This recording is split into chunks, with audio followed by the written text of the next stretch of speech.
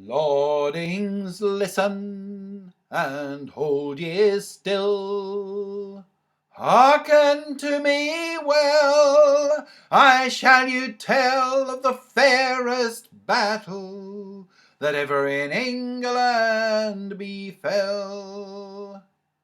For as it befell in Edward's days, in England where he wore the crown, then all the chief chivalry of England, they busked and made them bound. They've chosen all the best archers that in England might be found, and all was to fight with the King of France within a little stound. And when our king was over the water and on the salt sea gone, then tidings into Scotland came that all England was gone. Bows and arrows they were all forth, at home was not left a man, but shepherds and millers both, and priests with shaven crowns. Then the King of Scots in a study stood, as he was a man of might. He swore he'd hold his parliament in London if he could ride there right. Then bespake a squire of Scotland born, and said, "My liege, apace, before you come to fair London, full sore you'll rue that race. There be bold yeomen in England, husbandmen stiff and strong, sharp swords they do wear, bearing bows and arrows long." The king was angry at that word. A long sword out he drew, and there before his royal company his own squire he slew. Hard hansel had the Scots that day, that wrought them woe enow, for then they durst not speak a word for hanging at a bough. The Earl of Anguish, where art thou? In my armour thou shalt be, and thou shalt lead them forward through the English country. Take thee York, then said the king, instead, whereas it stand, I'll make thy eldest son after thee heir of all Northumberland. The Earl of Vaughan, where be ye? In my armour thou shalt be. The High Peak and Derbyshire, I give it thee to thy fee. Then came in famous Douglas, says, "What shall my meed be? And I'll lead the vanward lord through the English country." Take thee Worcester, said the king, Tewkesbury, Burton-on-Trent. Do thou not say another day, but I've given thee lands and rent. Sir Richard of Edinburgh, where are ye? A wise man in this war. I'll give thee Bristow and the Shire, the time that we come there. My Lord Neville, where be ye? You must in this wars be. I'll give thee Shrewsbury, says the king, and Coventry fair and free. My lord of Hambleton, where art thou? Thou art of my kin full nigh. I'll give thee Lincoln and Lincolnshire, and that's enough for thee. Then came in William Douglas, as bream as any boar. He nailed him down upon his knees, in his heart he sighed sore. Says, I have served you, my lovely liege, this 30 winters and 4, in the marches twixt England and Scotland. I've been wounded and beaten sore. For all the good service that I've done, what shall my meed be? And I will lead the vanward through the English country. Ask on Douglas, said the king, and granted it shall be. Why then I ask little London, gotten if that it be. The king was wroth and rose away, says, nay, that cannot be, for that I will keep for my chief chamber, gotten if it be. But take North Wales and Westchester, and the country round about, and rewarded thou shalt be, of that take thou no doubt.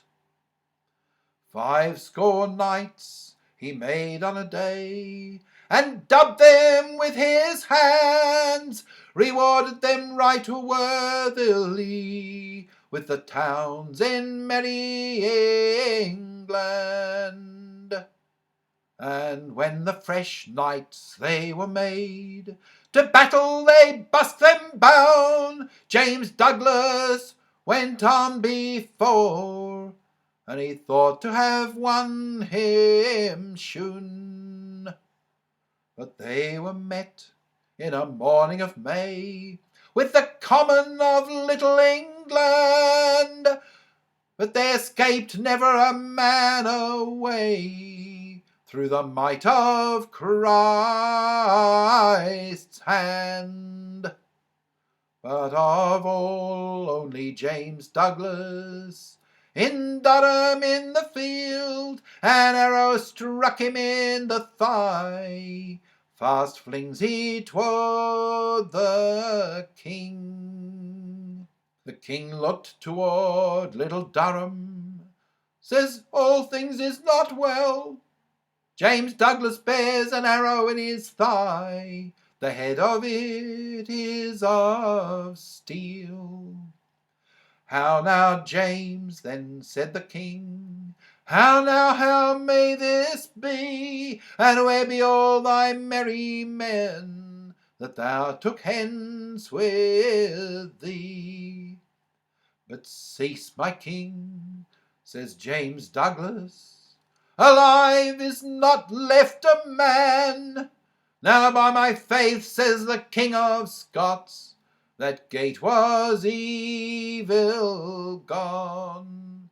But I'll revenge thy quarrel well, and of that thou may be fain, for one Scot will beat 5 English men, if he meet them on the plain. Now hold your tongue, says James Douglas, for in faith that is not so, for 1 Englishman is worth 5 Scots, when they meet together though. For they are as eager men to fight as a falcon upon a prey. Alas, if ever they win the vanward, there escapes no man away. O peace thy talking, said the king.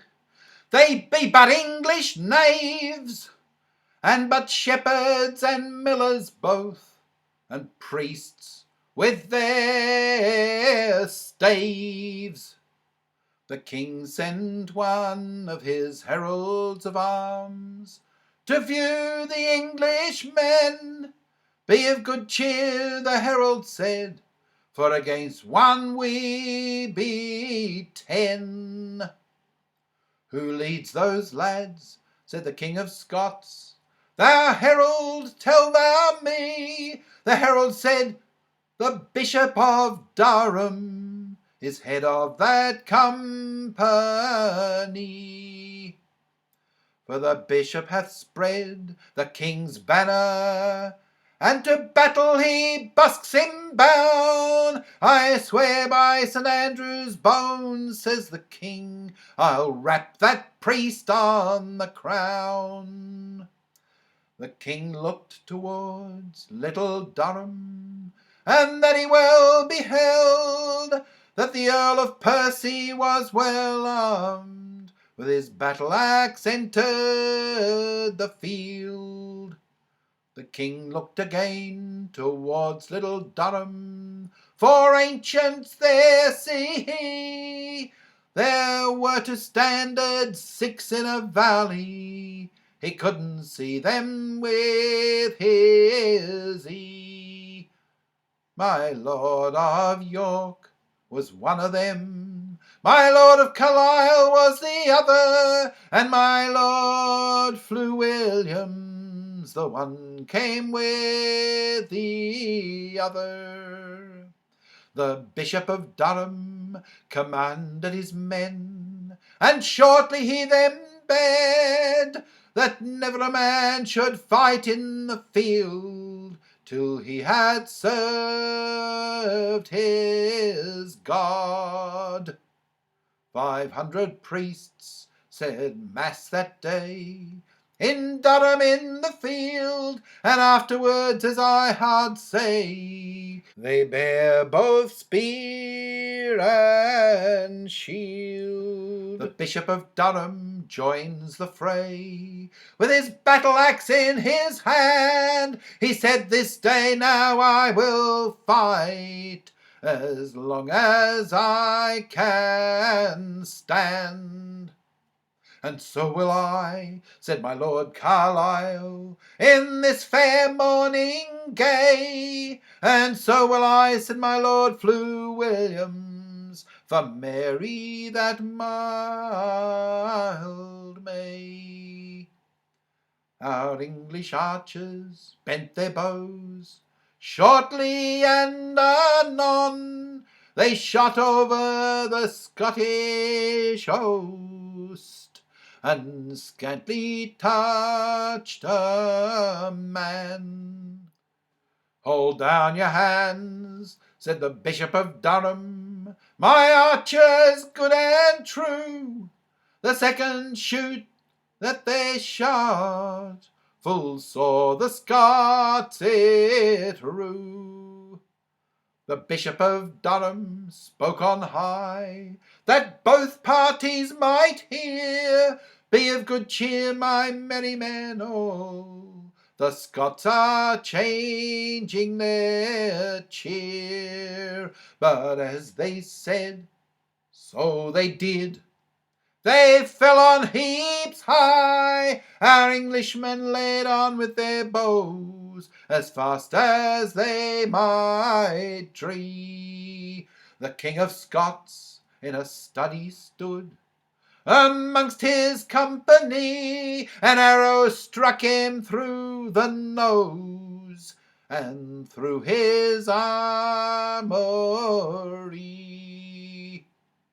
The king went to a marsh side, and light beside his steed, he leaned him down on his sword hilts, to let his nose bleed. There followed a yeoman of England, his name was John of Copland. Yield thee, traitor, says Copland then, thy life lies in my hand. How should I yield me, says the king, and thou art no gentleman? No, by my troth, says Copland there, I am but a poor yeoman. How art thou better than I, Sir King? Tell me if that thou can. How art thou better than I, Sir King? Now we be but man to man. The king smote at Copland angrily then, angrily in that stound, and Copland, being a bold yeoman, bore the king to the ground. He set the king on a palfrey, himself upon a steed. He took him by the bridle rein, to London he could him lead. And when to London that he came, the king from France came home, and there unto the King of Scots he said these words anon. How like you my shepherds and my millers, my priests with shaven crowns? By my faith they're the sorest fighting men that ever I met on the ground. There was never a yeoman in merry England but was worth a Scottish knight. I, by my troth, King Edward laughed, for you fought against the right. But now the Prince of merry England, worthily under his shield, he hath taken the King of France at Poitiers in the field.